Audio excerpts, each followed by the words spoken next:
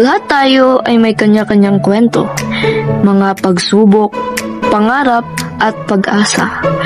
Minsan ang ating mga pinagdadaanan ang siyang nagbibigay lakas at inspirasyon upang patuloy tayong lumaban at magsumikap.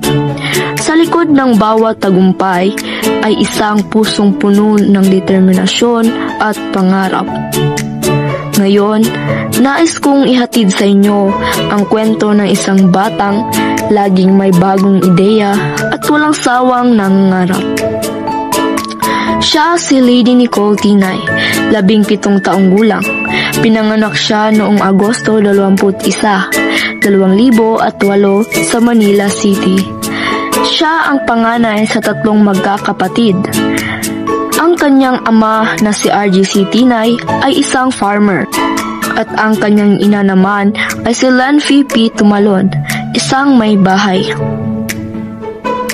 Mayroon siyang 2 nakababatang kapatid na lalaki, si RGT Tinay, isang grade 11 student sa Misamis Occidental Science and Technology High School, at si Jeff T. Tinay, 10 taong gulang, grade 5 student sa Cosme Cagas Memorial Elementary School.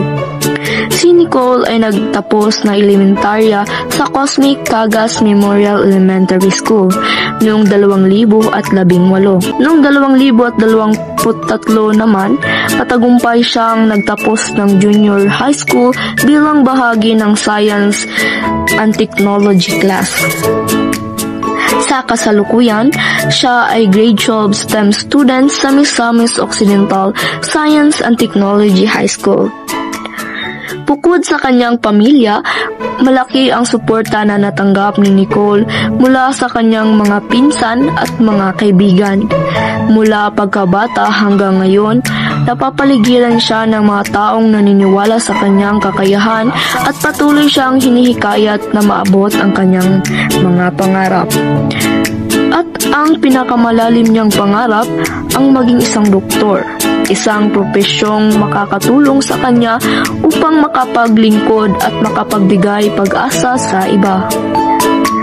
Sa bawat hakbang na kanyang tinahak, si Nicole ay patuloy na patunay na ang isang batang puno ng pangarap at determinasyon ay kayang baguhin ang takbo ng kanyang buhay.